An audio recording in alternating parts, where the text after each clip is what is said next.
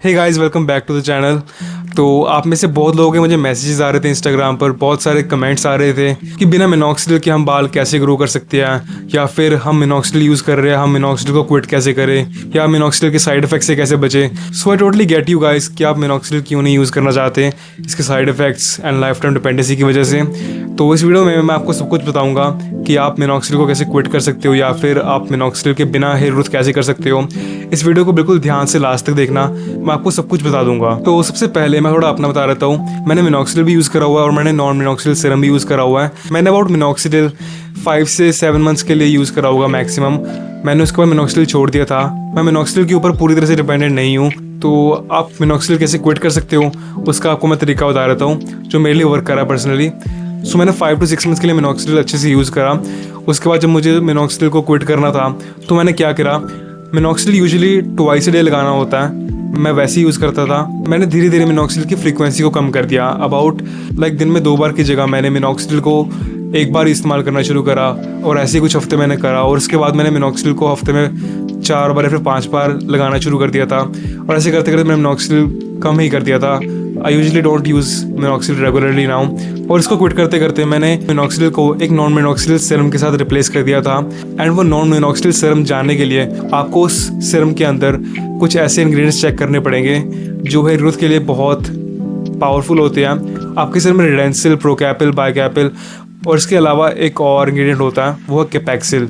अगर आपके सीरम में कैपेक्सिल है तो आपके हेयर ग्रोथ के चांसेस बढ़ जाते हैं, बिकॉज कैपेक्सिल आपको मोस्टली हेयर ग्रोथ सीरम्स में नहीं मिलेगा, बिकॉज इसकी एक अलग कहानी है। It is a very expensive ingredient और ये बहुत सारे ब्रांड्स अपने सीरम्स में नहीं डालते हैं। बट मैं आपको कुछ सीरम्स बता देता हूँ। एक सीरम है जो मैं ऑलमोस्ट सबको रेकमेंड करता हूँ जो मिनॉक्सिडिल नहीं यूज़ करना चाहते, वो है बॉन्ट्रेस प्रो सीरम। ये एक ऐसा सीरम है जिसमें कैपेक्सिल इंग्रेडिएंट भी प्रेजेंट है, और मोस्टली डॉक्टर्स भी ये सीरम रिकमेंड करते हैं। तो अगर आपको मिनॉक्सिडिल क्विट करना है या फिर मिनॉक्सिडिल के बिना हेयर ग्रोथ करनी है तो मैं आपको यही सीरम रिकमेंड करूँगा। फिर से इसका नाम बता रहा हूँ, इट्स बॉन्ट्रेस प्रो स्काल्प सीरम। आपको किसी भी केमिस्ट शॉप पर मिल जाएगा, और इसका भी बिल्कुल सेम है। आप ट्वाइस अ डे लगा सकते हो या फिर वंस अ डे लगा सकते हो। इसके अलावा आप मोर प्रो हेयर सीरम यूज़ कर सकते हो। ये एक प्रोकैपिल बेस्ड हेयर सीरम है। आप फॉलीरिच हेयर सीरम यूज़ कर सकते हो, मुझे भी डॉक्टर्स ने ये रिकमेंड करा था, एंड इससे रिजल्ट ज़रूर मिलते हैं। But in non minoxidil serums का क्या होता है कि आपको बहुत लॉन्ग टाइम के लिए यूज़ करना पड़ेगा रिजल्ट देखने के लिए। जैसे मिनॉक्सिडिल लगाने के अबाउट 7 या फिर 8 मंथ्स में आपको रिजल्ट मिल जाते हैं। इन सीरम्स में आपको मोर देन 1 ईयर लग जाता है, तो आपको थोड़ी पेशेंस रखनी पड़ेगी। बाकी ये सीरम्स वर्क ज़रूर करते हैं। बाकी जो दूसरी चीज़ आपको रेगुलरली करनी पड़ेगी वो है डर्मा रोलिंग। डर्मा रोलिंग मेरे केस में एक गेम चेंजर था। लेकिन डर्मा रोलिंग करने से पहले आपको एक और चीज़ का ध्यान रखना पड़ेगा, आपके स्काल्प पर बिल्कुल भी डैंड्रफ नहीं होना चाहिए। अगर आप डैंड्रफ के ऊपर डर्मा रोलिंग कर रहे हो, इट्स लाइक आप डैंड्रफ को अपने स्काल्प के अंदर डाल रहे हो, जो एक इन्फेक्शन कॉज कर सकती है। और डैंड्रफ के लिए बहुत सारे शैम्पूज़ हैं। आप कीटोकोनाज़ोल शैम्पू यूज़ कर सकते हो, आप जिंक पायराथिन शैम्पू यूज़ कर सकते हो। इसका मैं रिकमेंडेशन दे रहा हूँ, आप 8X KT यूज़ कर सकते हो या फिर प्रोटार के शैम्पू यूज़ कर सकते हो। ये भी किसी भी केमिस्ट शॉप पर मिल जाएंगे। डबल रोलिंग से पहले मैं आपको ये रिकमेंड करूँगा कि आप पहले एक एंटी डैंड्रफ शैम्पू से अपना डैंड्रफ ख़त्म करें, उसके बाद डबल रोलिंग करें।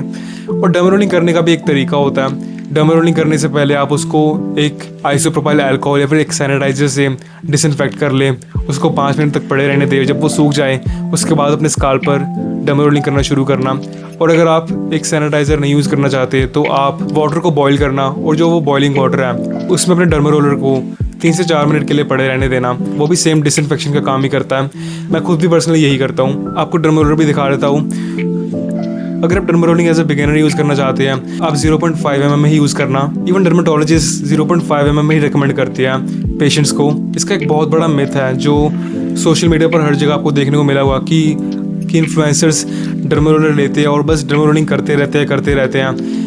बट एक्चुअली में भाई ये बहुत गलत चीज़ है। मैंने पर्सनली डॉक्टर से कंसल्ट भी करा इस चीज़ के बारे में। मैंने खुद पूछा भी है उन्हें, और उन्होंने जो मुझे बताया था वो बिल्कुल ही डिफरेंट था।